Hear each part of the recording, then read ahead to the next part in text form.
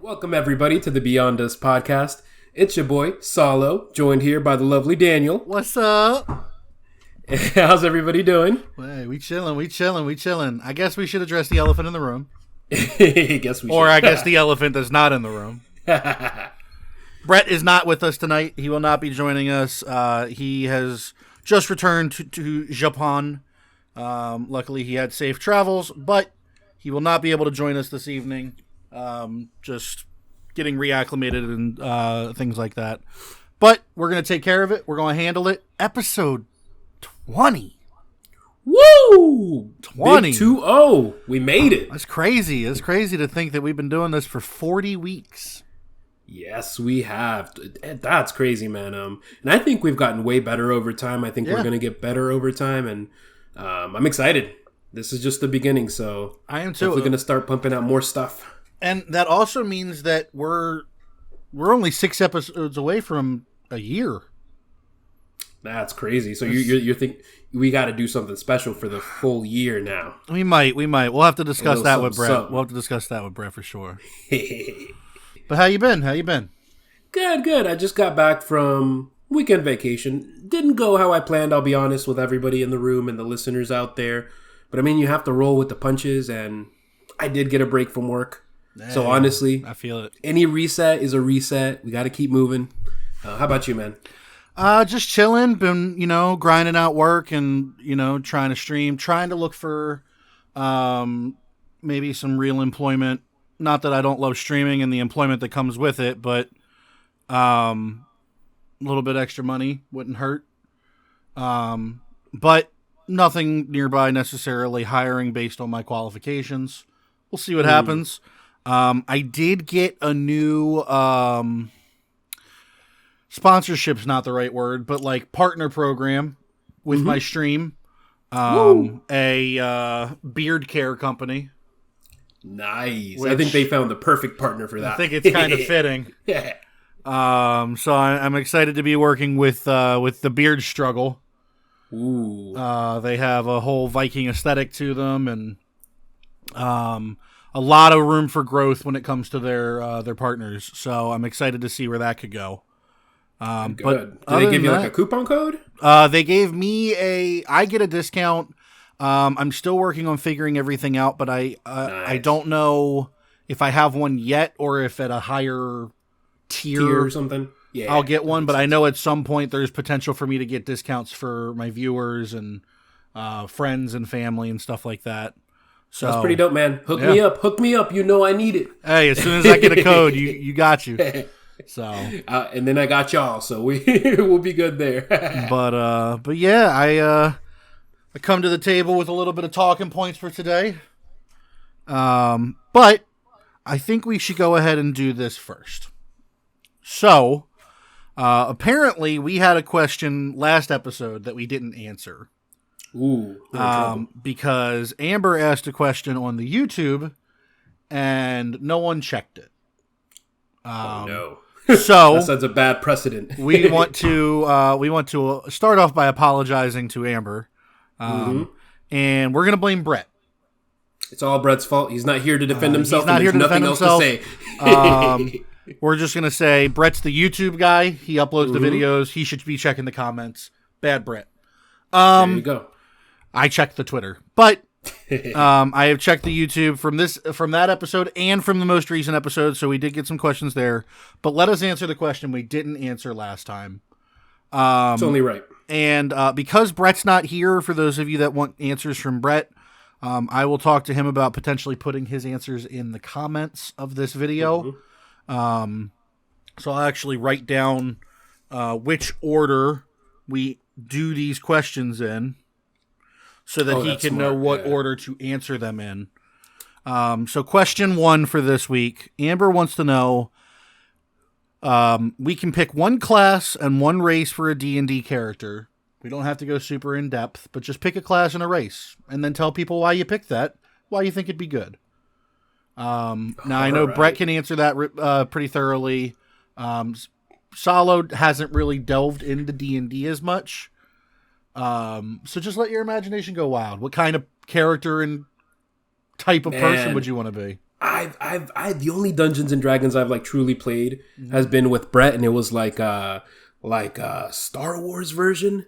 So like everything was crazy and had a funk and involved a lot of like stuff I didn't understand. Right. But I was always like a big World of Warcraft guy. Okay. So just take based a off World of like character, sure. Yeah, there you go. So based off of the World of Warcraft world that I grew up in since I was a kid, I think I would be my very first class that I did. Okay. I was a gnome mage. Okay. Gnomes are a little bit more adept to magic. I can see that. So no mage, again, I have no experience in D&D really, but I feel like it was just a fun character to play, a lot of flexibility. Gnomes are really, I feel like, chaotic or like playful, I don't know. Right. It could be different. I can see that. So for me, I have like two characters. One I have played and one I want to play. I have played a Tabaxi rogue. For those of you that don't know what a Tabaxi is, it is a cat person, basically. And they're so perfect for being a rogue. They're agile. They're charismatic. Just so fun. I like playing rogues. I like being kind of sneaky and quick and stuff like that. So that's been one of my favorite characters to play. And Tabaxis always have some crazy names, so you can name them like anything, and it's okay. It doesn't have to be normal. The other thing I've always wanted to play, I've kind of wanted to play like a Dragonborn barbarian. Ooh. You know, having that dragon ancestry, but then just being like a berserker. I thought that would be really cool because there are certain versions of barbarians that when they go into rage, their form changes a little bit or they summon things. And I always thought it'd be cool if like, because you can homebrew anything. I thought it'd be cool if my Dragonborn, whenever they go in rage, they get just a little bit more dragon-like. You know, the claws come out or the wings come out or whatever it might be. I always thought that'd be a cool idea. The wings would be pretty badass. Like just out of like you know, they go in rage and just boom, out come these fucking dragon wings. I thought that they don't really even cool. use them. Just goes beast mode. You know, when the wings come out, it's time to hide. Like it's time. Like oh shit, he's angry. But yeah, I always thought that'd be kind of cool. So that is pretty cool. I'd never heard of both of those classes, so now I know the Dragonborn. I know what was it? So the Tabaxis. Tabaxis are pretty badass. I was looking at a picture of them. They look like cat people. Yeah, that's what they are. They're just cat people. They're really cool though, and they have advanced climbing speeds and stuff like that. They're cool. That is awesome. Thank you again for the question. Again, we're sorry we missed it. Brett, it's our bad. Your fault. That's our bad, Amber. Matter of fact, let's make sure we don't miss Amber's question this week. Let's get the other Amber question done. Get it out the way. Priority number 1. All right, Amber. So your question for this week, let me write down number 2 so Brett knows the answer this second. Would you rather have a stick that you have to keep in your possession, otherwise you become obsessed with regaining it in your possession? Or a hammer that can summon 60 skeletons to do jobs for you, but they have random consequences? Or a pet crab that's obsessed with ruling the world? I want the crab. You want the crab? So like it wants to roll the entire world into a ball? No, it wants to rule it. Oh, it wants to dominate become the world. Champion of the world. That is awesome. I would pick the crab because I think it's the least risky. Yeah, so there's one crab. That basically you'll have a crew of like what? Magic folk? It's a hammer that summons 60 skeletons to do jobs for you, but it has random consequences. That's the problem with that one. Interesting. And then the other one's a stick that you have to keep with you, or if you lose it, you become obsessed with getting it back. That's just a bad idea. That's that one option they give you in the test when they think that you'll be so dumb that you don't even know the difference between the right answer, the maybe the right answer, and the completely wrong answer. Like that's they just stick it in there to kind of be like, who's gonna pick that? Who's the fool? Like it's just a bad choice. Like so I would go with the crab that wants to rule the universe.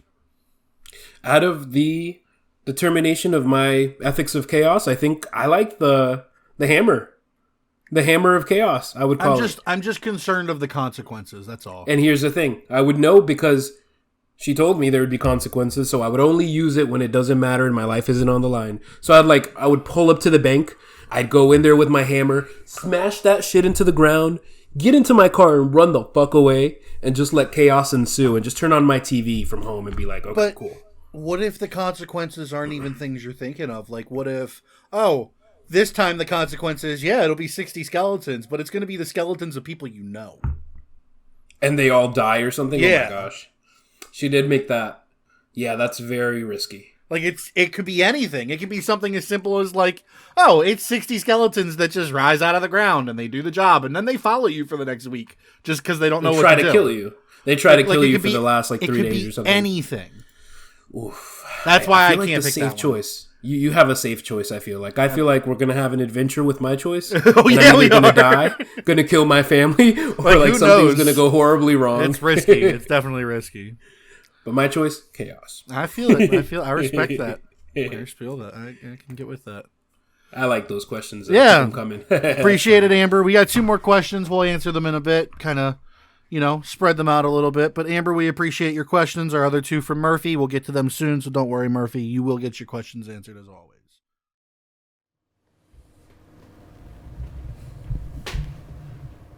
Really? You gon' blame me? Was I or was I not on vacation? Okay, fine. Man can't take a break. Guess he's got to do everything himself. Thank you, Amber, for giving us a question. I appreciate you putting that on YouTube. I will answer your 2 questions here. First of all, with the D&D character. Class, race. So something I end up doing. I always end up trying to be the main character. Not the main character. I'm not trying to take over everybody's role, but a character that progresses the story. You know what I mean? And a character I've been thinking of playing lately is somebody who isn't necessarily against the story, but someone who isn't that impactful. Moreover, I want to play like a joke character. I want to be more comic relief as opposed to serious protagonist, story-driven character.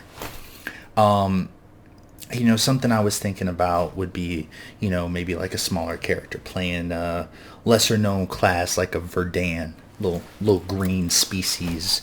Play a class like that, and then be like a bard that's tone deaf. Or, be a healer who's notoriously known for all of his or her patients never surviving. Someone who just has a litany of problems. I feel like I never really do that. I always try to play a good, well-constructed character. So pretty much, I'd like to just have a little bit more fun with it. Now, as for your second question, the stick, the hammer, and the crab that rules the world. In real life, I'm with Daniel on this one. I got to pick the crab. Seems less against me. If it actually takes over the world, maybe I'm on his side. Maybe I'm I don't know. Maybe I get a decent place in society. But let's say if it was D&D, then I'm with Salo. I'm gonna pick that hammer, and we're just gonna see what happens.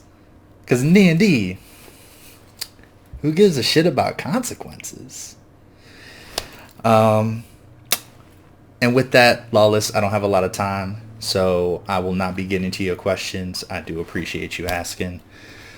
And I'm going to pass it back off to the boys. Oh, and as a message to them, fuck y'all. Bye. But I got a question for you, Salo. Ooh, okay. 1900s. Mm-hmm. Decade or century?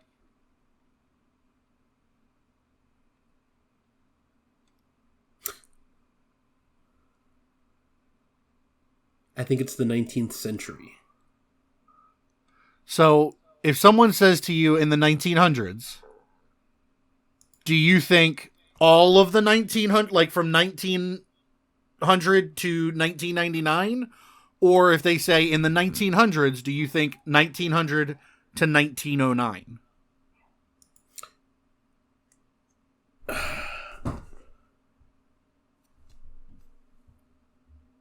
Budge. I would think. So, you're kind of breaking my brain a little bit, but I've never thought about it. I always would have assumed somebody meant the whole 100 years. Right. Like not so if they say like the 1900s, you're saying that in your head the 1900s would mean the 1900s. To me, it always I kind did, of agree with but that. I think we're wrong. I agree with that though. Like 1900s. I agree, but hear me out. Because from a historical perspective, Sure. The 1900s was a radical time. Sure. Blah blah blah. But hear me out. Right now, if I said the 2000s, you would think of 2000 to 2009. You're right. I would. Because then we would say the 2010s. The 20th. Yeah. I guess it kind of depends on, and this is a cop-out answer, by the way, completely cop-out, but I guess it kind of depends on the point of view you're... Yeah, like if you're with a bunch of historians and professors and philosophers, the 19th century was clearly devoid of blah, blah, and if you're with your homies, you'll be like, the 1902 or the 1900s. Like, you're not trying to be accurate, it's so just you're more crazy. colloquial. Like, it's just crazy to think about that. Like, I always would have said, oh, it's the whole century, but it probably is only the decade. And that brings up a good point, because you've mentioned a couple, like there's been different podcasts where you mention stuff like this, and in my head I always go like, man, am I living a completely different world with completely different definitions? Is my color of red even your color of red? Right. Like I'm over here just like, dang, am I over here saying an entire sentence and someone hears it back to what I said and they're like, oh, he meant this. And I'm like, nah, man, that's not what I meant. Right. It's crazy. And that's why of humanity. Language is just such a crazy thing, man. Mm-hmm. Like on top of being careful of what you say, you got to be careful of like saying the right words. Depending on who you're with, depending on their history, depending on where they grew up, even if their history was fine, like you could still talk to a man who's, and this is just kind of an example, like a man who's lived in the hood, who is well educated. You can still say something to him from the hood and that'll trigger him, even though he's not of that cultural background, more so that was where he was born. Right. So like it's always like, and I can relate it to sales, because I do sales and that's my thing. And like, I always have to be very careful with the way I say things, especially with older people, because they're going to take something I say and be completely out of context, right? Completely out of context. And then if I say it to a young person, they're like, oh, YOLO me too, bro. Like, dab me up, homie. Like, you know what I mean? Like, hey, so real talk. Speaking of saying things that you don't know what you're talking about, I got an interesting story. Ooh. So we're playing board games out in the kitchen, right? Uh-huh. And we're listening to Linkin Park. And everybody knows Linkin Park. Of course. And, everybody knows the story of what happened with Chester Bennington and how sad it was. One person that doesn't know all of that, though, my grandmother. Oh, no. She doesn't listen to that kind of music. And at one point, one of Linkin Park's older tracks, oh God, it's blanking on me on the name of it right now. Hold on, I know the name of this song. Bleeding out, take it deeper just to throw it away. It's one of their more like old obscure ones. I can sing the chorus in my head right now, but I can't think of Giving Up. It just came to me, Giving Up. That's a good one, honestly. But it's also one of the only ones where he screams. And so that comes on, and he starts screaming, "Put me out of my misery." And my grandmother has no idea what he's saying. She's like, what is he saying? And I'm like, he's saying, "Put me out of my misery." And she's like, well, someone should help. Whoa. And I'm Your just grandma. He helped himself, Grandma. Oh my gosh. Oh, dude, all of us at the table just done. Like, she was like, someone should just do it for him then. And I'm like, no. I imagine just an old grandma-looking lady saying that at the end of hearing that. Once you explained what he was screaming. Right, and it's like... Oh my god. She didn't mean anything by it, but it was just the whole scenario. Oh my god, dude, we were done. We were dying laughing. Because, like, it's sad, but you still gotta have fun with things, and it was of course. Whew. If you take life seriously, you're not gonna have fun in this life. So, that's pretty funny. Like, and that was just one of those things where it's like, oh my god, like, somebody not knowing what they're talking about just said something they should not have said. I should not have said. My dude, my grandma dude, he already helped himself. He did indeed. R.I.P. my man. He was Linkin Park is just one of those Linkin Park was bands. Legendary, and Chester Bennington was such a great dude. And it's sad. I remember where I was when I found out that Chester Bennington died. I had just gotten home from work when I was active duty military. Really? Mm-hmm. When was that? It was 2017, I think, is when Chester Bennington died. Man. Okay, so and for people who've listened to our podcast know we throw out random questions out there sometimes. Mm-hmm. I'm changing one of my random questions from a couple episodes ago. Okay. Where would I go back in time? Fuck Genghis Khan. I'd go to a Linkin Park concert. I'd change my answer.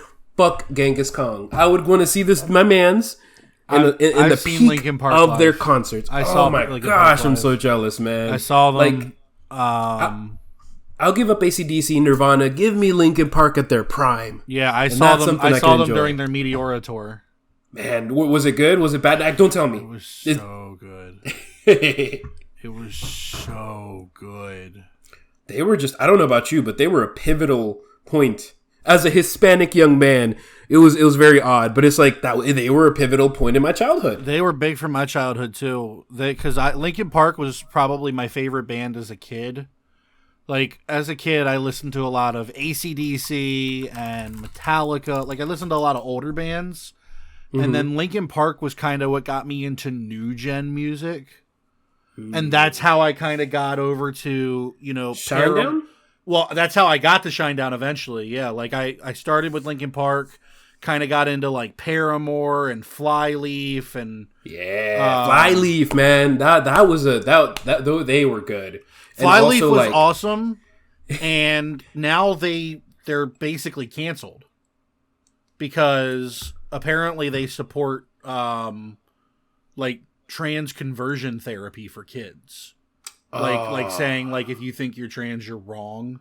Oof. And so like they've been heavily canceled, and like I'm with that. Cancel them if that's what they think. They shouldn't be making money, but that doesn't change the fact that their music was good. Man, that's a tough topic because like everybody talks about like Michael Jackson, all of the accusations he went with, like but damn, they were bad, but his music was saucy. Yeah, I don't know, man. The fine line and like what was this guy in the news? Fucking what's his face? Which one? The rapper, Mr. Drink Your Pee. Oh God! And I don't even think his music is good. But there's always people that'll say, "Hey, I just listen to his music without the things he's done." And I'm like, I don't know, man. Where do you draw the line? It's hard to draw that line. And I don't want to be a hypocrite because, like you said, like, what about Flyleaf? What about? I don't know. Well, like, there's a lot because it's with a lot of things. Like, how does one separate the artist from the person? Can you even? Because Michael Jackson, R. Kelly, Chris Benoit, famous wrestler who killed himself after he killed his wife and son. Like, what he did was horrible, but he was still a legendary wrestler. How do you pretend reconcile that? Yeah. How do you pretend he didn't do what he did? Or how do you pretend he didn't exist because you can't recognize his accomplishments anymore? Mm-hmm. Like if Michael Jackson comes on, what do? Do you enjoy the music for what it is, or do you go, oh no, he might have been a kid diddler, like I gotta turn the music off? Like Yeah. it's tough. It's man. hard. It's hard. 'cause And you don't I'll wanna tell you side- this. You don't side with anybody. I'll tell you this. I don't judge anyone either way. If you choose not to listen to the music because the person behind it was a bad person, I respect that. I respect If that, you yeah. can sit down and say, the fact that they were a bad person doesn't mean I shouldn't enjoy the music that exists, I can respect that too. I can understand both standpoints. It's difficult for me, and I think there are different circumstances that it depends on. I think the biggest one being, are they still alive? I teeter back and forth because it's like, I don't know, one day it's just so hard because, and is that the line when they die? Now can you look at it through the lens? You know, to me, I can look at it from the line or from the the point of view of, if they're gone, I can enjoy what they did as an entertainment standpoint because they're no longer benefiting from it. That's a perspective I've never heard before. Like not like that, anyways. Like where listening, it's like if they listening die, to R. Kelly's music, if for whatever reason he ever gets out of jail, he's going to get royalties. Listening to Michael Jackson doesn't pay that man. So how about this? I like the idea of not only when they're dead, but also when their work becomes copyright free and nobody gets any money. Because you could even argue, hey, like the whole family of Michael Jackson is still profiting, and you're still technically, promoting that lifestyle or however they were created. Did his family do anything wrong? I guess a better example would kind of be, and this is ridiculous, but this is just what I can think of. Like the Kardashians. Like, if you don't support Kim, but you support whatever she does, and let's say she dies, you're supporting the Kardashian lineage, the family, the culture that created that, Again, did they do anything wrong? Are they the reason you don't like her? Like, it's a weird string to pull. The only reason I wouldn't go with the once it's royalty free is because Michael Jackson's music's not going to be royalty free until 100 years after it was made. That's the worst. It takes 100 years for something to become royalty free, unless the estate says let it be royalty free. Which with Michael Jackson's music, that's never going to happen. They're never going to just give up those royalties. I wouldn't. They're going to keep renewing that shit. No, they want to milk it. But, he's got 3 kids, and they're benefiting from all of that money. Did the kids do anything wrong? No. I guess he didn't. Well, isn't one of his children's name a Blanket? I'm not. It's a random nickname. It's a nickname. Okay. I'm 99% sure that the birth name is not Blanket. It was a nickname when they were a child. And let's check. I don't think Blanket's even a kid anymore. Man, it would be so trippy to find out he's like our age. My man's Blanket. Rapper name Blanket OG. Blanket Jackson. Blanket Jackson's real name is Prince Michael Jackson II. His first name's Prince. He's 20 years old. Give Solo a second, everybody. He's dying. He 20 years old. He's 20 years old. Yeah, Prince Michael Jackson II. So it's definitely crazy to think about, like, but yeah, like, I think when it comes to stuff like that, it's a fine line, and it's really hard because, like, and the other thing is with certain people like Michael Jackson, we don't know. You can think one way or the other. He did it, he didn't do it, but we don't know for sure. A lot of the people came out and said that they weren't telling the truth because they just wanted to make money off of another case that happened. Yeah. And one of the cases probably came from somewhere, but it doesn't mean it's always true. There have been plenty of people who have been accused of horrible, horrible things and they never did them. Man, and that's just the world we live in, like, I know it sucks to say it, but the reality of people coming out and addressing problems that are real is that there's going to be people that are going to come out and encourage that movement and say accusations that aren't real because they trying to get on that hype train, right? Trying to piggyback off of a hype, trying to piggyback for money, for fame. There's problems with that part of it, and I've talked about this in detail before, but I think false accusations of all things. You know, when it comes to children, when it comes to women, when it comes to all types of inappropriate behavior, false accusations need to carry consequences. Because they ruin people's lives. One big example I can think of, just talking about this, and I don't think we've touched on this before, swatting. Like, that's a perfect example, The person who calls in that report should suffer severe consequences. That should be a felony, dude. It should be. Because you're calling a group of cops to come over here and invade a home under the premise of someone honestly, almost about to die. That's you know what I mean? One of my biggest fears as a streamer is getting swatted. Because people think it's funny to do it to streamers. To get a live stream reaction. That is one of my biggest fears, is that someone's going to kick my door in with a gun in my face and I'm just going to be like, chat, we'll be right back. Like, man, if I was a streamer, I'd have a little, like, a permanent camera at the door, and then if there's any activity, it'd be on my screen up here. I don't have a screen up here, but, like, you know what I mean? Like, I'd be so scared. That shit up. Like, yeah. It's a reality, and once you become more popular, once you gain a lot of followers, people are gonna hate follow you. They're gonna follow you because they're gonna say, "Look, I hate everything about this guy." I've gotten hate rated. That's so crazy to me. Where people will. Other streamers will end their stream by sending their community to be hateful to other people. It's called hate rating. It's a thing. Insane. That is insane. People build toxic communities with the intention of being toxic. I believe it, but disgusting. It's the worst of human nature. I don't know, man. But things that's like the that, thing I'd be scared of. And you know, sexual assault, false sexual assault accusations need to be punished. Like, again, felony. Like, you need to make real consequences. I know people personally. I've been one of them that have been. I don't like the word victim because victim is usually it's not telling the full story. Has a severe connotation to it, but yeah.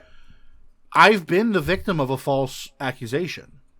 Like, I've had someone that I was with that I broke up with be so spiteful that she tried to tell people that I did something to her. I didn't do shit to her. Is this the generational trauma we're sharing right now? Because I've also, like, and like I said, I don't, like you said, actually, I don't like saying the word victim, but I've also been a victim of someone's perspective when that's not the reality, even from, like, me stepping aside and, like, right, and like trying to look at it from an outside perspective. Like, am I looking at this skewed? Like, am I completely a scumbag, a dirtbag, and am I the worst possible guy possible? Because someone over there is telling someone over there that bald guy is a very bad man, right? Because of a misunderstanding and because we can't communicate clearly. Like, so I think that everybody, when something happens, whether it be a breakup or the end of a friendship or whatever it may be, they don't want to take any blame.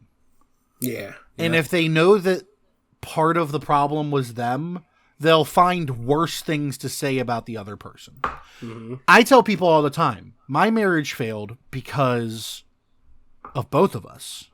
And a lot of people will tell me, you didn't do anything wrong. That was all her. No, I have my problems. I have my problems. That's how you know you're wise, because, you know, like, that's a big thing that people don't realize. Like, people who are younger, people who haven't lived through, I'm sure you've lived through things, my friend. Like, I understand, like, and it took a lot for me to be, because I'm a know-it-all. I used to be this guy who thought he was intelligent and he knows everything, and I am right. You're wrong. I'm not right. I'm not wrong. You're wrong. Like, and I would never view it, but, like, life will turn your face upside. You gonna end up in the concrete. You gonna be like, dang, like, everything is 50-50, especially if you're in a partnership. Even if someone did something wrong, there's still something that you can hold yourself accountable to. Absolutely. And I feel like a lot of people lose sight, especially when the other person is clearly at fault. Yeah. They want to blame the other person, and they'll make them look worse to make themselves look better. Yeah. And I try not to do that. I try to tell it like it is, and I say, look, I could have done this, and this better. She could have done this, and this better. Which one of those three things was a bigger problem? That's not for me to decide. It's a conglomerate of things. At the end of the day, I had 3 problems. She had 3 problems. We had 6 problems, and that was too many to handle. That's what I say. Yeah. And it's the truth. Was she more at fault than me? Maybe. Sometimes. Maybe I was more at fault sometimes. It doesn't matter who was more at fault. We were both at fault. People need to start taking responsibility for that. I think that's the hardest thing, to be introspective, to know enough about yourself that, look, dude, even you do illogical things, even though in your head you're just like, what do you mean? That was just, it makes sense what I did. It's like, dude, step back and realize, like, you contribute to everything you do in life, man. Oh, there goes Rabbit. He choked. He's so mad that he won't be back on the mic. But while we're on this topic, though, this actually could lead to one of these questions. We were talking about crimes and false crime reports and stuff like that. Yeah. So let's talk about crimes real quick. Question from Murphy. You can stop any type of crime from ever happening again by committing it by yourself one time. So if you commit one murder can never happen again. If you commit one burglary can never happen again. What crime are you committing so that it can never happen again? Man. That's a good one. It's also one that you got to be careful about how you answer it.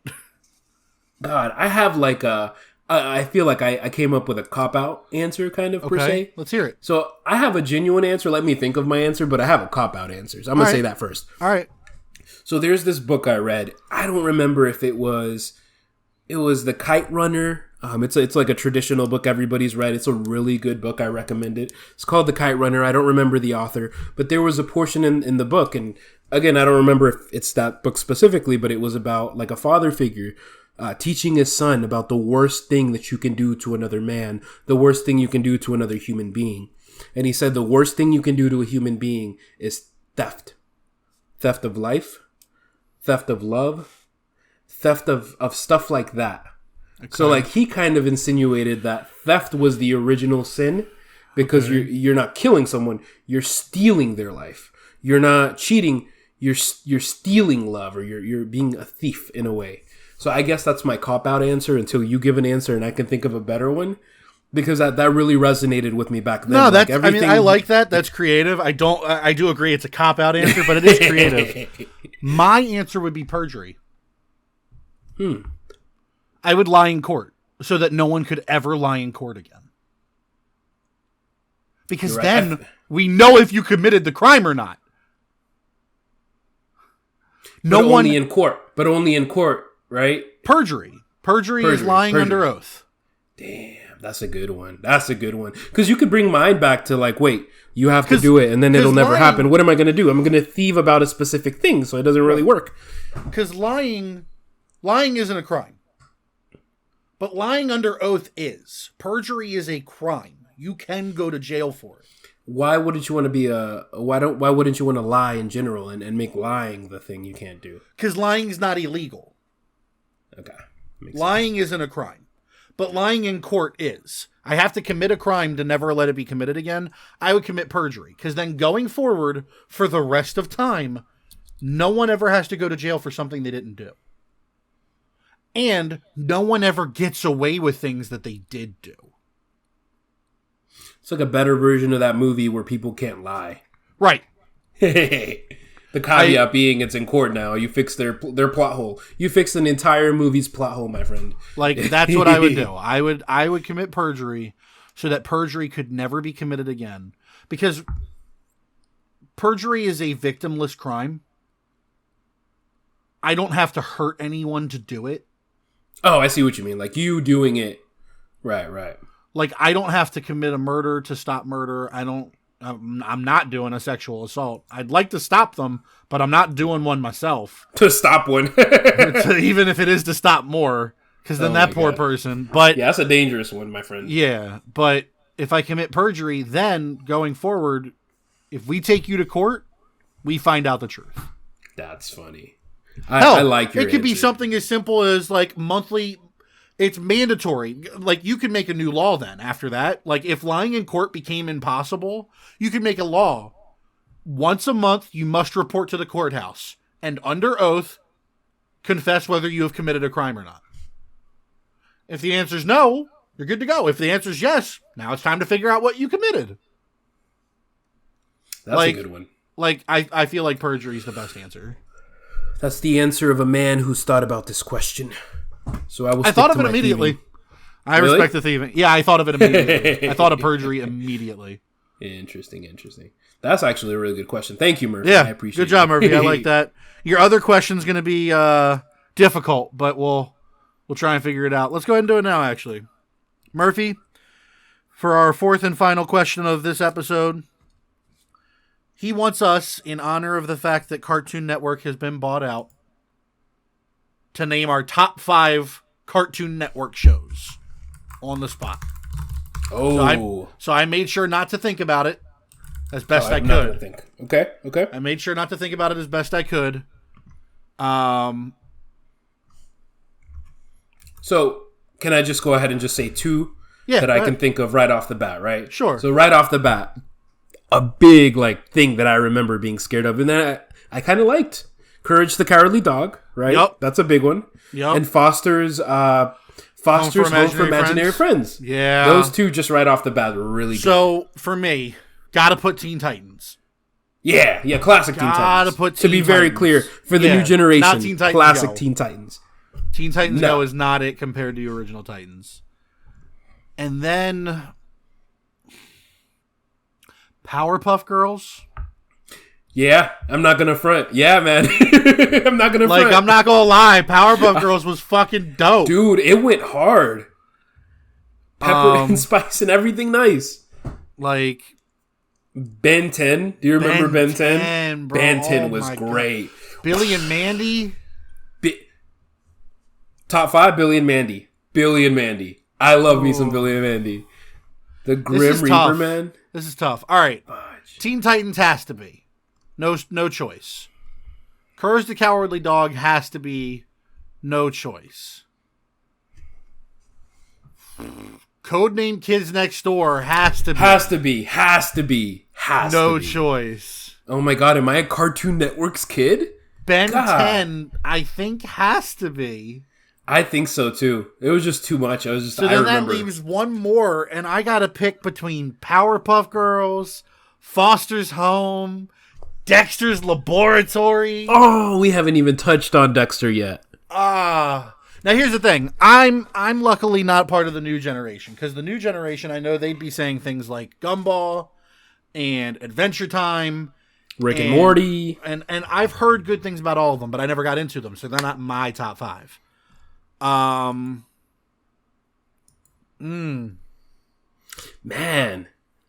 the last one I think is really hard because I really mess with Foster's Home for Imaginary Kids. You had Blue. I do too, but Powerpuff Girls was also Powerpuff pivotal. Girls? I don't think it is. I don't think it is. Is I it think better it's than more Billy and Mandy? Fuck, it's not better than Billy and Mandy. All right, is Billy and Mandy Powerpuff was Girls a better than cornerstone. Billy and Mandy? Billy and Mandy was a cornerstone of my reality as a little punk back in the day, man. If anything, encouraged my chaos.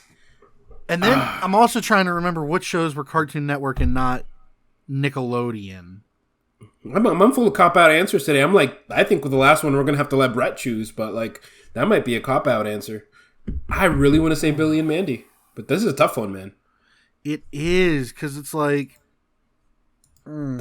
That's like asking me what my favorite Eminem song is.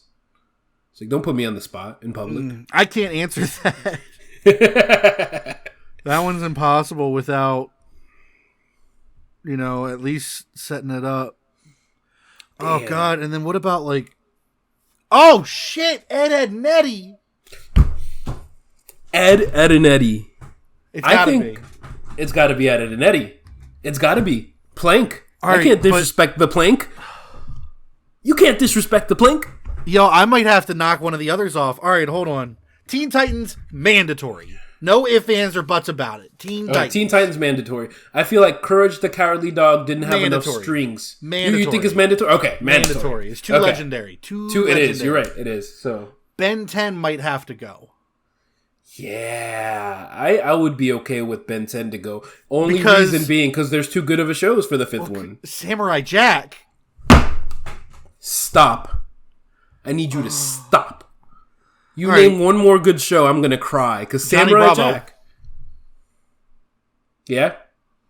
Man, we had really good shows. I feel so bad. Let me gaslight an entire generation. I feel so bad for y'all. new generation Cartoon Network people need to catch up on YouTube. Everything we just said. If you haven't heard of any of them, give it a shot. All right, so look, I'm looking at the list of things that came out like before I was like 12. Because that's when I was big on Cartoon Network. We got Ben 10. My Gym Partner's a Monkey. That show was so weird. I vaguely remember that. Camp Laszlo was weird. Let's just name the big ones. Foster's Home. All right, so Ben 10 and Foster's, Billy and Mandy, Codenames Kids Next Door, Samurai Jack. So let's just have them in the five right now. All right. Mm-hmm. Ed and Nettie has to kick one of them out. So I say it kicks out. You leave my Codename Kids Next Door. You leave my Codename Kids Next Door alone. Yeah, I got to kick out Ben 10. Yeah, I'm okay with right. Ben 10. Then we got Powerpuff Girls. That's probably not making the cut. Right? Because we forgot about Samurai Jack. And then we got Cow and Chicken. We got Johnny Bravo. Cow Bravo. and Chicken was good. Oh, and then we got Dexter's Laboratory. Man.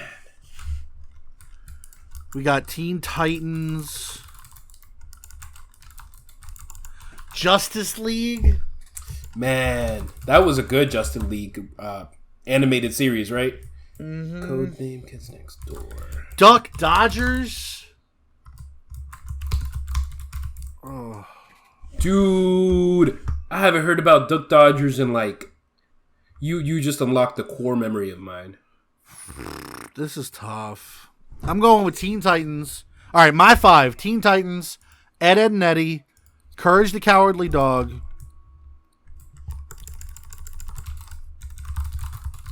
Codename Kids Next Door,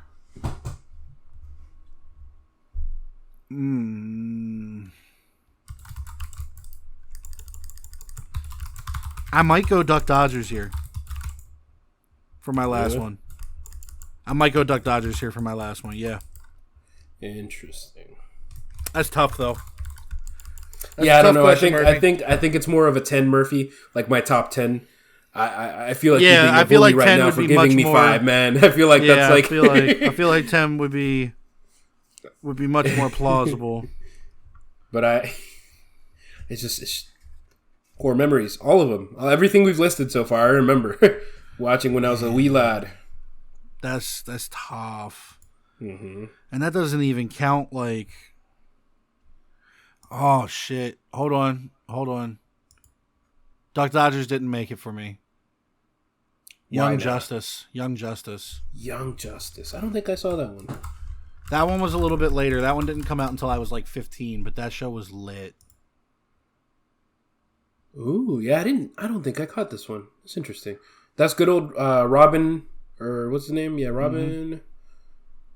Somebody that looks like Flash, somebody that looks like a Hulk, and a Superman looking ass. Okay.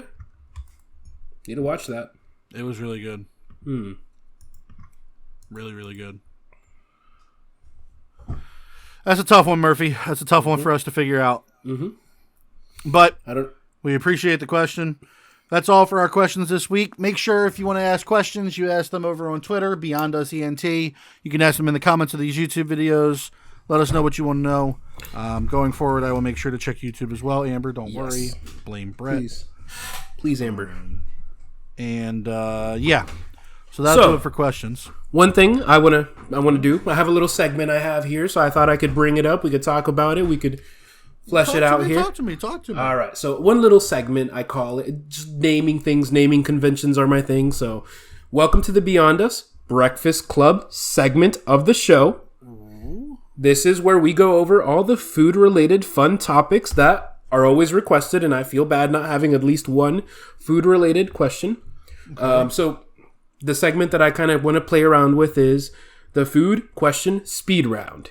And you, sir, are going to be the main proponent of that. I'm going to be giving you a couple things I'm going to throw out there.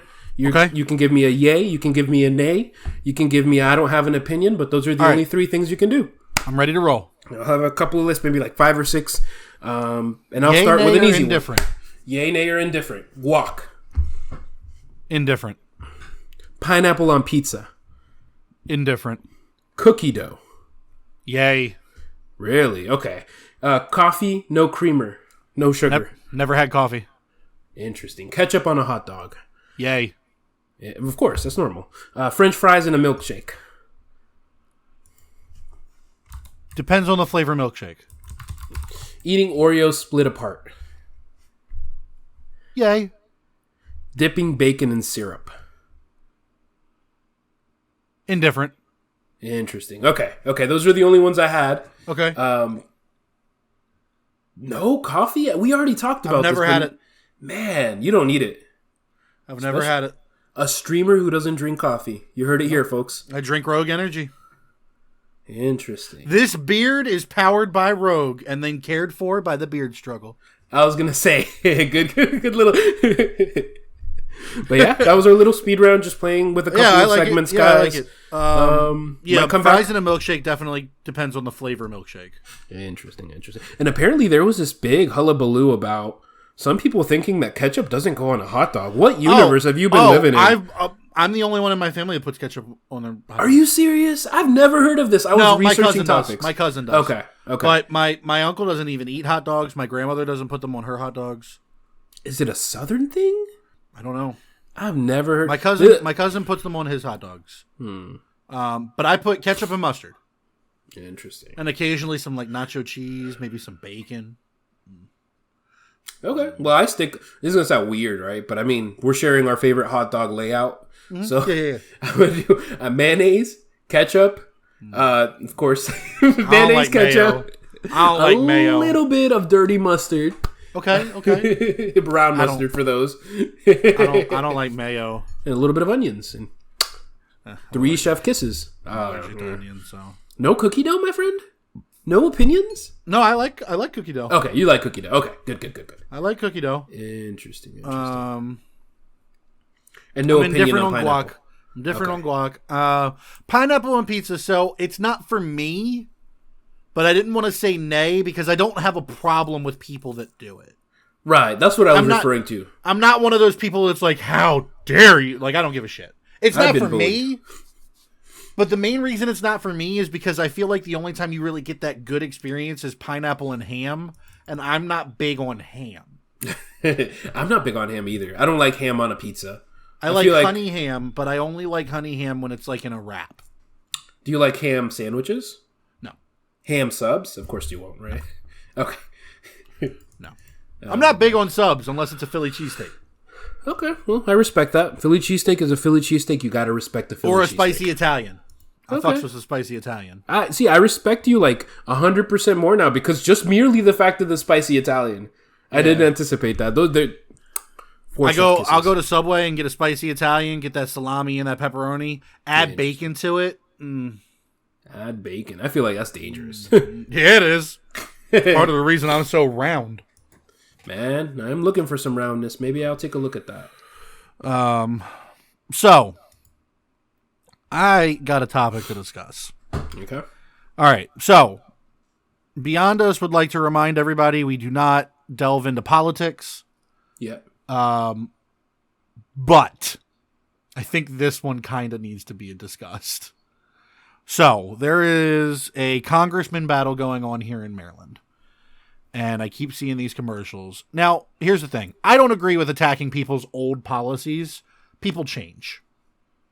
People can change their opinions on things. People change their stances on things. All the time. Bringing up something from 10 years ago doesn't do anything. Because that's not you right now, yeah. But there is a standpoint from one of these would-be congressmen from over 10 years ago that I had never heard of before, that apparently is a popular pushing point right now in the United States. And they were for it before, and now they're no longer for it. And the reason they're not for it is because of COVID. Because they changed their mentality with COVID vaccines, saying they weren't mandatory. They were saying you shouldn't have to get a vaccine. It's your body. It's your choice. Which, again, I don't really fucking care. It's not my conversation. But they said they would have been a hypocrite if they pushed for this policy and said you don't have to get a COVID vaccine. This policy being that there is a policy being pushed out there where people that are HIV positive have to get a tattoo that says they're HIV positive, including infants. What? And this is the policy that he supported back in the day? Yes, he used to support it. Used to support people being mandated to get tattoos to disclaim that they were HIV positive, including children.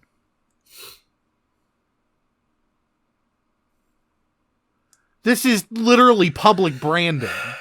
Yeah, no, I mean, it reminds me a little too much of a star, and I mean that with respect, like, when do you draw the line when you start separating the populace? That's not okay. That's genocide type shit, man. And I'm not saying that's what it is, but that's how you lead up. That's how you step on the steps of genocide. Get there. Like, yeah, that's how you get there. Shit, by ambiguous shit like that. So I honestly, that, but could you imagine the kids that are born with HIV? Because it happens. It's not their fault. Not all HIV sexually transmitted. You know what I mean? Imagine them going to school having a tattoo on their arm that says they're HIV positive. They're instantly bullied. I guess my perspective would be... of course, I don't agree with attacking someone from the past, the actions and the stuff they promoted, because that implies that people can't change. And I don't agree with that. I feel like people can change, people can mature, people can be introspective, and learn about their experiences. Here's the thing, though. I also think I don't agree with using this as an attack as a political campaign. But these are things that us as a consumer, we should research. We should learn about who we're voting for. And I'm not saying highlight this. I'm not saying attack them with this. But I'm saying we should do our research. We should see that this is the type of man that promotes this type of behavior. Because here's the thing, right? Here's the thing. People can change completely. They can do a complete 360. Sure. They can have different attitudes. But here's my issue. That rarely happens. And if someone is prone to believe a certain way, and there's a pattern of things that lead you to believe this is the type of person that's dealt with this philosophy, this ideology their entire lives. This is only a little bit of the type of person they've been. It's helpful when deciding who you're going to vote for, even though you shouldn't use it as a main political attack. It's still something that should be highlighted. Here's the other thing. The only reason I know that that's not his current opinion is because I did research. Because the ad that I saw on TV is his opponent telling people that he supports it.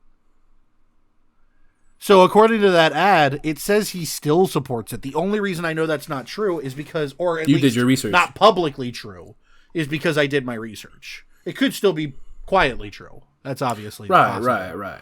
The only reason I know that that's not his current public stance is because I did my own research.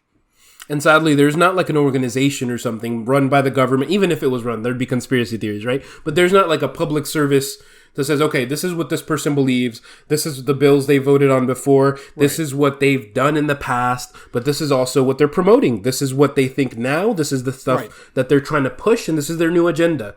But we should also take into context everything else. It's just fair. Now, all of that being said, I do think that people should have to disclose that they're HIV positive. To whom? To anyone. I think they should have to disclose it to two groups of people. To anybody that they're intimate with, and to their employer. I'm curious about the employer part. Let's assume that there's an injury on site. Oh. I should know that your blood is HIV positive. Because it's transmitted with blood. It is transmittable with blood-to-blood contact. Interesting. I should know of any viruses or diseases you carry. I wonder what the law on that is. I'm so curious. I don't know. But I feel like... It only makes sense. Like boxers can't box anymore if they become HIV positive. They're not allowed. If you are HIV positive, you're not allowed to box anymore because your blood could get on other people. I did not know that, man. That's pretty cool. Not pretty cool, but that's something I learned. It's logical. What the heck? It makes sense. So I would say those are the only two groups of people that you should have to disclose. And I know that there are going to be people that are like, well, it's my medical history. I shouldn't have to disclose it. It's not about, oh, you're HIV positive. I want to know.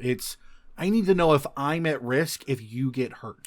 Kind of like, it's a twisted metaphor, a twisted simile, you could call it, whatever it's called. Right. Kind of doesn't fit, but like COVID. Like, if I have COVID, if I go to the grocery store, I shouldn't go to the grocery store. I should let people know, hey, I have COVID. I'm going to be in my room. Nobody bother me. I could affect somebody else. I could kill somebody else. You know? And it's just a matter of, like... Being and it goes both ways. It goes both ways. Let's say there's another injury on site. And I need to... Let's say I'm the boss. And an injury happens. And I need to tell somebody, help them. I know not to tell the person that has HIV to put themselves in a position where they could transmit it to that person. And that goes for every disease or virus that can be transmitted through blood. I know not to allow that. It's not about ostracizing. No one should be denied employment because of the record, but their record unless you're a boxer. Unless you're in a profession where bleeding is a regular occurrence. Yes, a boxer. Yeah, like you shouldn't be able to in that kind of situation. Yeah, you shouldn't be a boxer. Definitely not that. No. That's crazy, man. You know, but like other than that, like your medical situation shouldn't be public knowledge, but people need to know if there's a risk to having you employed. If I have a history of fainting, my employer needs to know that. Yeah. You know what I mean? It's no different. So your two groups, just to bring it back, is people that you are sexually involved with and your work. Employer. I and agree. Your doctors. I mean, when you put it that way, I understand. I agree. I mean, I don't see why not. It should be on your job applications and your fuck applications. My only thing is like on your fuck applications, little symbol on fucking Tinder. HIV plus. Oh, me too. Match. Like, welcome to the premium version, HIV plus premium. Shit. Honestly, real talk. If we're being honest, there should be dating apps for people with certain diseases. Somebody needs to get on that. There should be like a herpes dating app. Oh, you got herpes, I got herpes. We don't have to worry about the fact that one of us could transmit it to the other. We both have it. Because we both got it.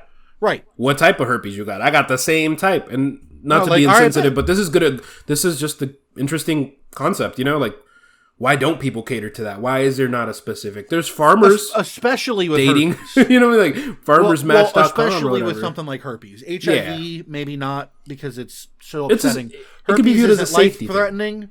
Herpes isn't life-threatening, and apparently 1 in every 4 people has herpes. Really? Apparently, herpes affects more than 25%. I think it's closer to 30% of the population. I didn't know it was that widespread, man. What the heck? So it's like, if you've kissed more than 4 people, there's a chance you have herpes. Oh, I'm good. If you've slept with more than 4 people, there's a chance you might have herpes. That's like, terrifying. Like, okay, whatever. It's not that big a deal. But you don't want to spread it? Date somebody that already has it. There you go. Problem solved. So I'm surprised that hasn't been a thing yet. We've got Farmers Only and Christian Mingle, but we don't have Herps R Us, apparently. I could see the medical implications or the reason to push that being like a health and safety thing.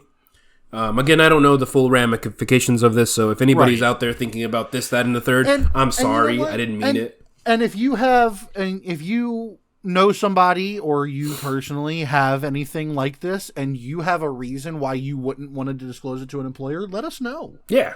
Because, I mean, obviously we're not in those shoes, so we wouldn't think like, hey, obviously there's a discrimination factor that I wouldn't think of. I don't think it would apply, but I mean, there's things. But I don't know. Yeah. I don't know anybody with anything like HIV. Yeah. Like, I know people with herpes, but they're not afraid to tell people. Like, they got herpes. It is what it is. It's not a big deal to them because it's so popular now. Mm-hmm, mm-hmm. It's so common. That's a better word than popular. Yeah, that's more appropriate. But like, I don't know anybody with HIV. I don't know why they would be uncomfortable disclosing it. Mm-hmm, mm-hmm. But you should definitely have to disclose it people you're intimate with. No ifs, ands, or buts about it. Mm-hmm. Because it can be life-threatening. So. That's true. Speaking of life-threatening, it's kind of a interesting segue, but I was watching this show called Extreme Cheapskates. Ooh. You ever heard of it? Yeah, I have. I've never watched it, but I've heard of it. There's some people on there that are disgusting, for the record. Fucking gross. Like, so these are people that are so frugal, they go out the way to like use one ply and shit like that? I wish it was that bad. I wish it was that. The monsters. No, there are people out there that like say they're only allowed 3 pieces of toilet paper a day. There's one lady who like cooks in her dishwasher instead of using the oven. Or a crock pot, fool? Nah, she made lasagna in her dishwasher. For what? And for people to eat.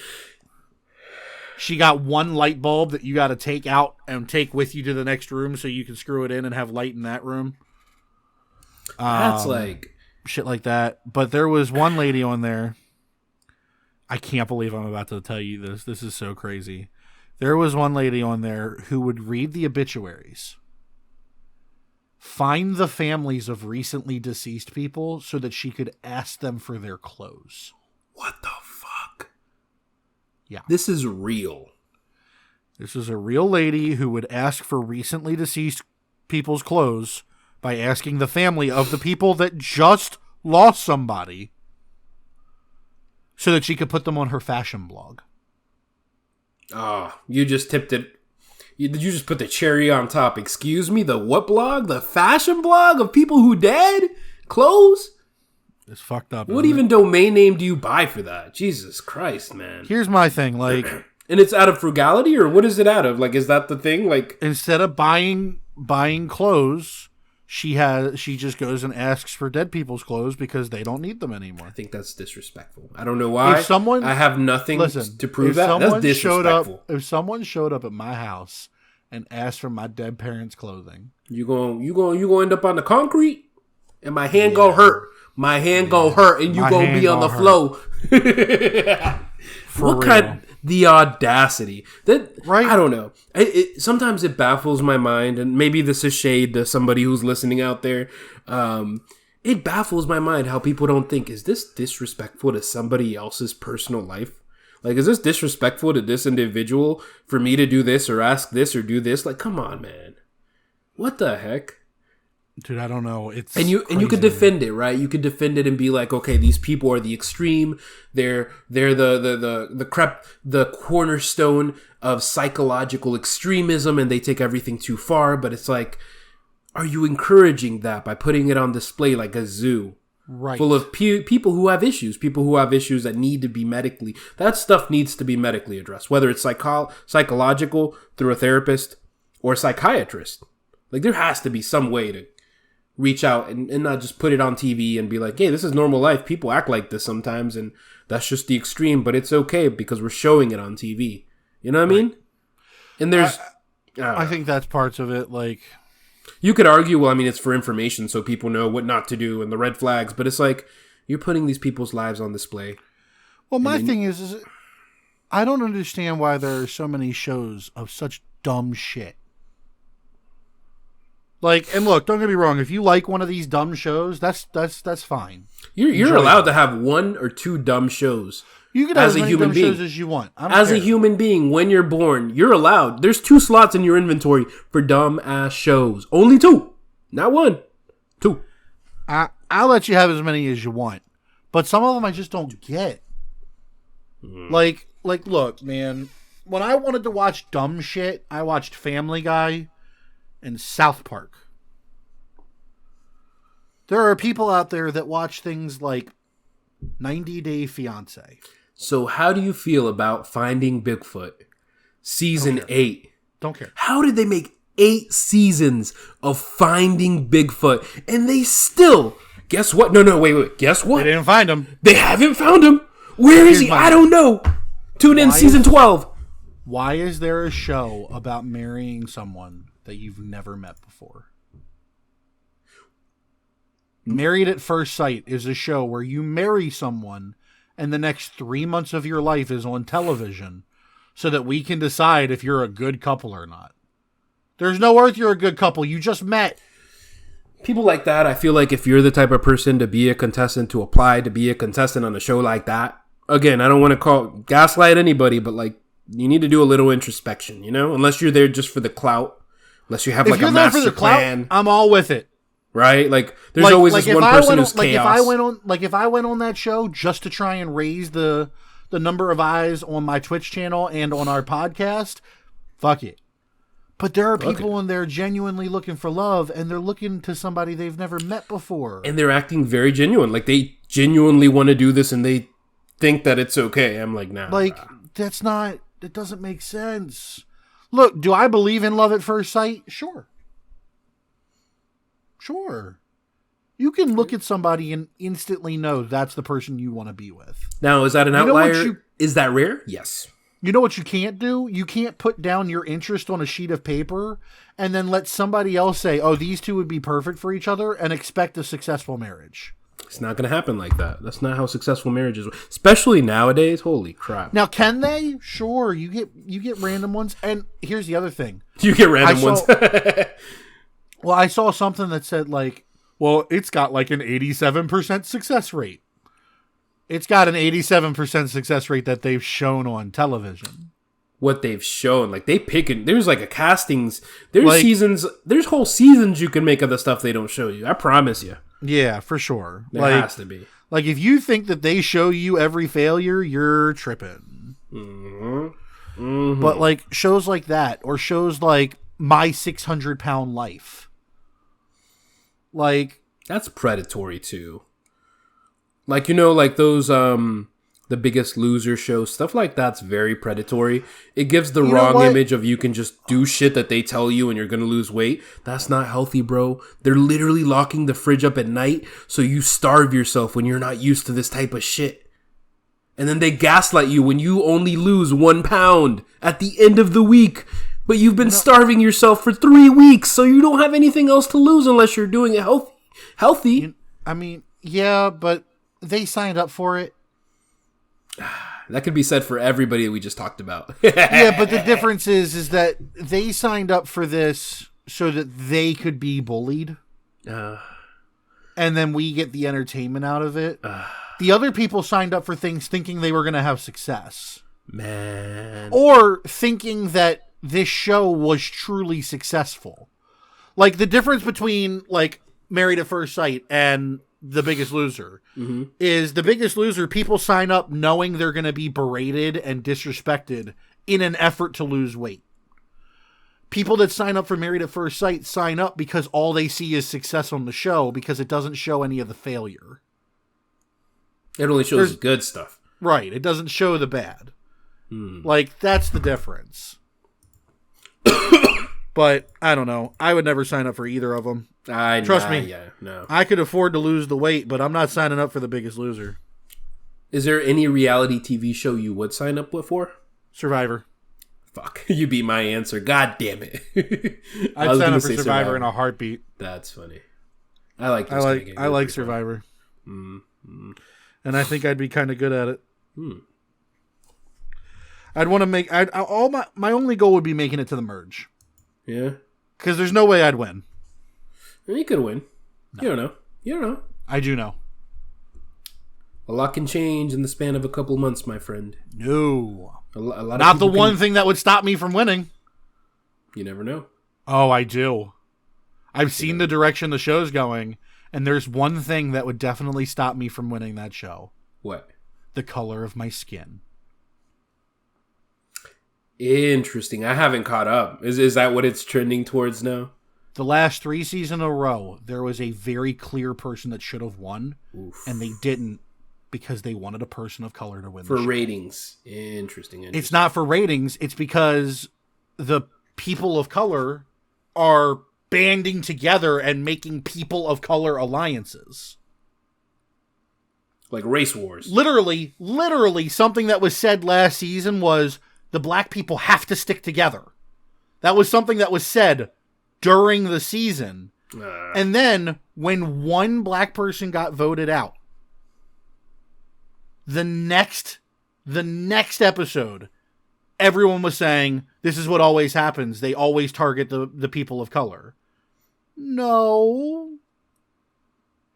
There's She just had to people get of voted color. out eventually. There's people of color there, and we have to eliminate someone, and sometimes it's going to have to be... I don't want to surprise you. It's going to have to be a minority. It's okay. But definitely the last 2 seasons, I think the last 3, but definitely the last 2 seasons, there was a 100% should have won person, but they were white, and they didn't get any votes in the final tribal. On that note, Race Wars, but on that note, I think my reality show, it's not really reality, but one tournament type show I'd want to be like American Ninja Warrior.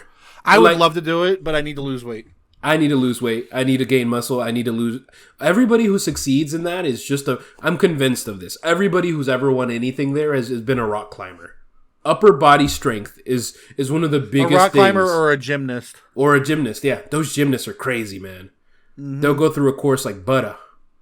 But yeah, if I was in perfect condition, peak solo, I would definitely do American Ninja Warrior. I'd go on Squid Games. I'd do Squid Games just for the funs. They're making a reality show. So that's what I'm saying. I'd go on that. Interesting. We'll see how it goes. Would you, for $456 million, would you risk your life? I don't think so. I would. For a $500 million? Yeah. Yeah. I don't know. Not my life. Yeah. I have so much chaos to sow. My life ain't worth $500 million. I have so much chaos to sow in the world. And I but mean imagine that imagine how much more you could sow if you had $500 million. I mean, I would eat stuff that is nasty. I would be on Fear Factor for $500,000, but I don't think I'd, risk my life. Not a real life Squid Games? Heck no. I think I would. You're hardcore, my friend. I'm gonna be real. None of those challenges on Squid Games look that hard. It's just the premise of me dying because somebody flipped a rock at me the wrong way and I didn't flip it back in the right cadence or style, and I die because we made up a stupid game and I lost. I would just make up a game I know I could win. Yeah, but that's why I wouldn't play with you because you're scaring me. Daniel would be like, listen, please, this is all we gotta do, Solo. It's simple. You just gotta do this, that, and the third. I blink once and then the other guy shoots me because he was watching me lose before I even agreed to know what the rules were. I almost dropped my coffee, but I didn't. Yeah, that sounds about right. That's probably how that would go. That's funny. Speaking of movies or TV shows on Netflix, speaking of movies, and then from movies moving on to upcoming movies, and then speaking of upcoming movies in reference to the list that I have here, did you know they're making a Shrek 5? Mm-hmm. Well, as far as I know, it's not a new one, it's a reboot. Yeah. Isn't that crazy? So the release date is May 20 of 2023. Supposed to be NBC Universal and DreamWorks confirmed in 2016 Shrek 5 would be made to complete the 5-movie franchise. But it's going to be a reboot of some kind. I don't know how I feel about that. I was a big Shrek guy. Were you not a big Shrek guy? I was at first. Somebody once told me the world is gonna roll me. I like Shrek. I like Shrek 1 and 2. That's about it. And Shrek 2 was fine. I really didn't care that much about anything past that. I'm hurt, man. I'm hurt. Like I don't think I can like the reboot because we experienced Shrek 1, Shrek 2. Shrek 2 was iffy. After Shrek 2, it was gone. It was just like recycling just for the sake of the views, and they're gonna get the same voice actors, which is great. But it's like, man, I don't know. I'm not feeling it. I don't know. I guess we live in a world where reboots are so common that I'm not surprised. Yeah. They're making a Super Mario movie. Yep. I saw the trailer for that. What'd you think? It looks fine. That's what I thought. The voice acting is professional. The scenes look pretty awesome, but it looks fine. I don't know why Chris Pratt's playing Mario. He's not Italian. Nor a Mario. Like I would have had somebody that was Italian play Mario. Right. Anyway, Anywho. it's an icon. Like, it's me, a Mario. Like, it's iconic. Me. What about Deadpool 3? What about that? Have you heard that's coming out too? That looks fucking... That's going to be good. I knew I was going to get one that you really liked. Deadpool 3 is going to have a release date of November 2024. So we're going to have to wait a little bit, unfortunately. But I'm also excited. I love me some Deadpool. Well, the fact that Hugh Jackman's coming back as Wolverine again is crazy. Shut your mouth. Are you serious? Yeah. That is awesome. I love me some Hugh Jackman. He's like the perfect freaking guy for the role. No matter what anybody tells me, no matter where he shows up in cinema. He's always going to be Wolverine for me, you know? Yeah, I do. Mm-hmm. Yeah, those are my upcoming movies I just, saw. Very interesting. Another one, I don't know if you heard about, but in, I think, 2024, we're getting a live-action Lilo and Stitch. Really? Man, these reboots or remakes, live actions. So there's this reboot thing, and then there's also this live action thing. I don't know how I feel about it. I haven't seen it successfully executed. Unless you can blow my mind right now and tell me what's one cinematic experience that was successfully enhanced by doing a live action. Which one am I not thinking of? Enhanced or done well? Done well. I'll give it that. Aladdin. Really? I haven't seen Aladdin, so that's interesting. So did it enhance it, or it was just really well done? It's hard to enhance something that had Robin Williams once upon a time, but it was still really, really good.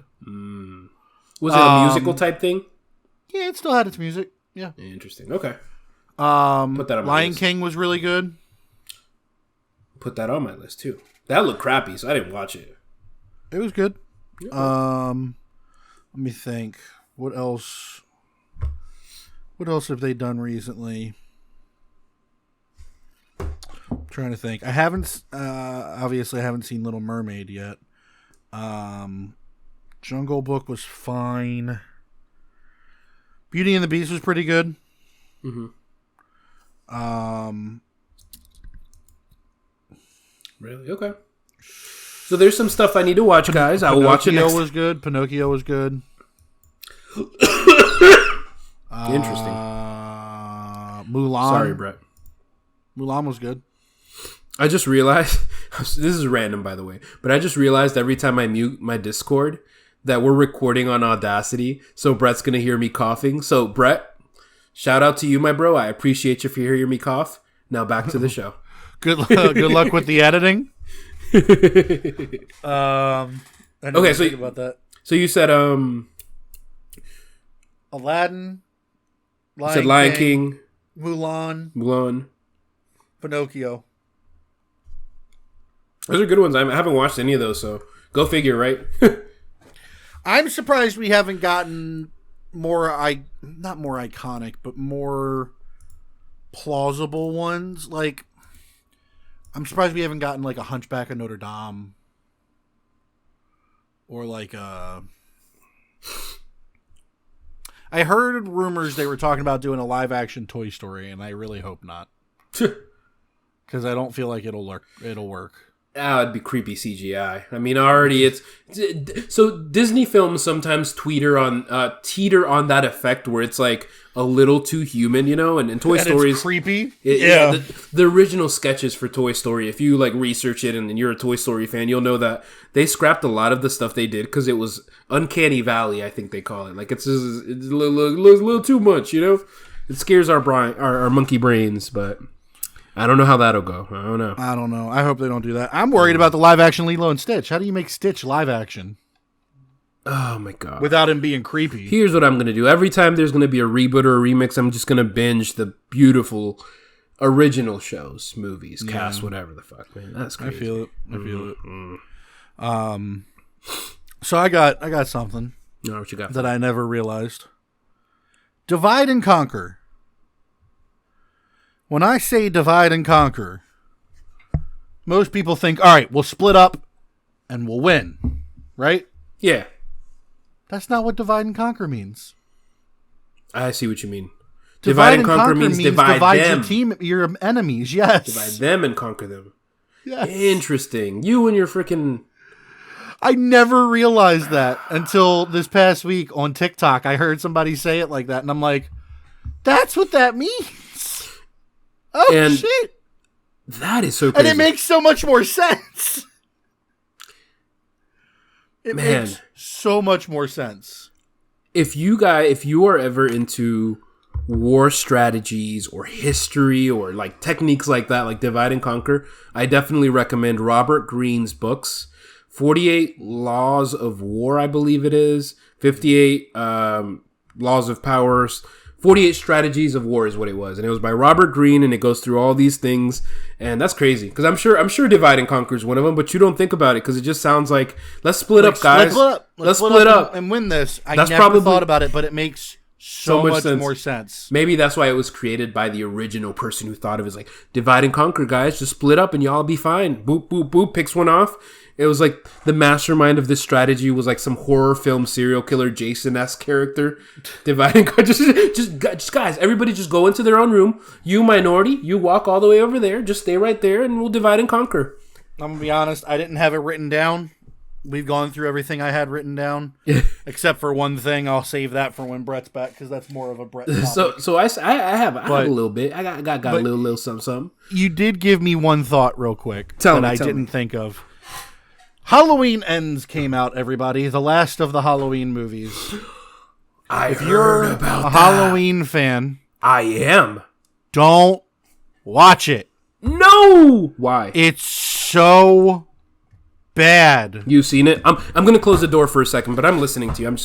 It's so bad. Like, second or third worst Halloween movie I've ever seen.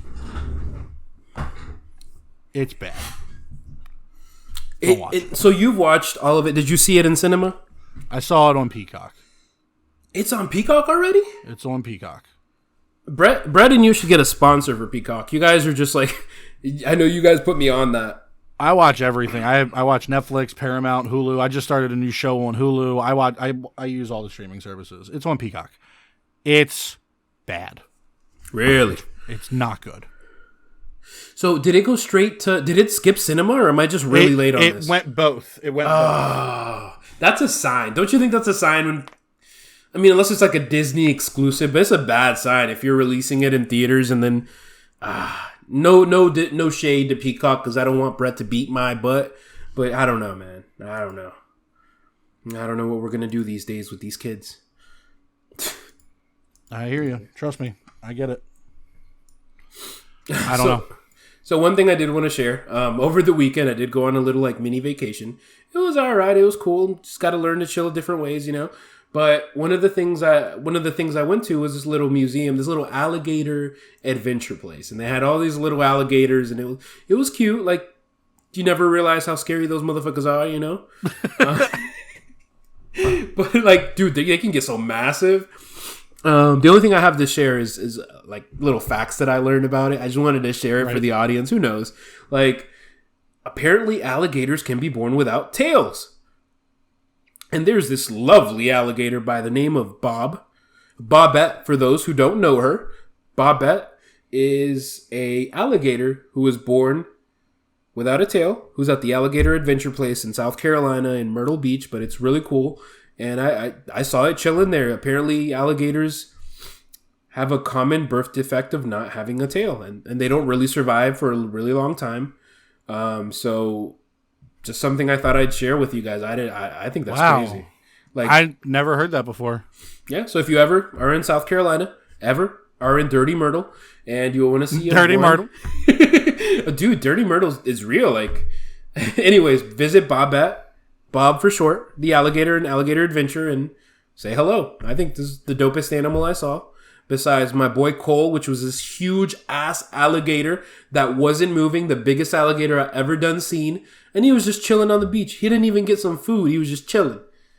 But bringing it back to Dirty Myrtle, apparently, as I was doing research for the trip, according to the FBI database, I'll go through the 5 dangerous cities in 2021, and one of them, surprise, surprise, is Myrtle Beach, South Carolina. Apparently has the highest, one of the third highest in the United States, most dangerous cities to be in as of 2021. Isn't that crazy? That is kind of crazy. But it makes sense because it's a beach area. There's hooligans and stuff like that. Right. No, I mean, that makes sense. Yeah. But that was my trip. I just went to the beach. It was fun. And, yeah, I met Bob at the alligator. So just thought that was pretty cool. That is cool. That's really cool, actually. I don't know. Yeah. I never knew that was a common defect. And, of course, they don't survive. So Bob was like in its own little enclosure. It wasn't even with the other alligators because I guess it gets bullied and stuff like that. But if it's okay with you, unless you have any other topics, I do have one last little thing to kind of touch upon. No, go for it. All right, cool. So I just wanted to end the little podcast with just a little bit of brain food. I wanted to share a quote that I read from one of the books that I'm reading and just leave you guys with, I guess, something to think on, something to munch your brain on. It's The Four Agreements by Don Miguel Ruiz. And it's kind of like a self-help book. I'm not really a self-help book kind of guy. I don't believe in the gimmicks and stuff like that, but it's this book for some reason it kind of made me feel a certain way, and I agree with a lot of the stuff it says. So I definitely recommend it. But this is a quote about it. The book is basically about it offers codes of conducts to how you should live your life and how it'll lead to, a lighter life, a happier life, stuff that'll make you just process life a little bit easier. And I wanted to exit the podcast with a little bit of a quote. Okay. So this is the quote. It's about doing your best. Doing your best, you are going to live your life intensely.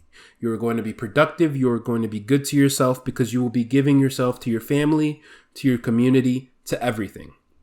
But it is in the action that is going to make you feel intensely happy. When you always do your best, you take action. Doing your best is taking action because you love it, not because you're expecting a reward. Most people do exactly the opposite. They only take action when they expect a reward. They don't enjoy the action. That's the reason why they don't do their best. And I just wanted to share that with you guys because I kind of get lost in the fuzz of life and the tracks of life, but I deeply resonate with that. Like, there are times when I catch myself like, dude, you're not doing your best. Like, even though society isn't working in your favor, people aren't acting the way you want them to act, things aren't going the way you selected. If you do your best, there's innocence in there. There's beauty in that. So I kind of, not to go too deep into it, I wanted to share that because I think someone out there probably needed to hear that. And I like that. Yeah, I appreciate you guys listening to the podcast. Anything else? Any other words?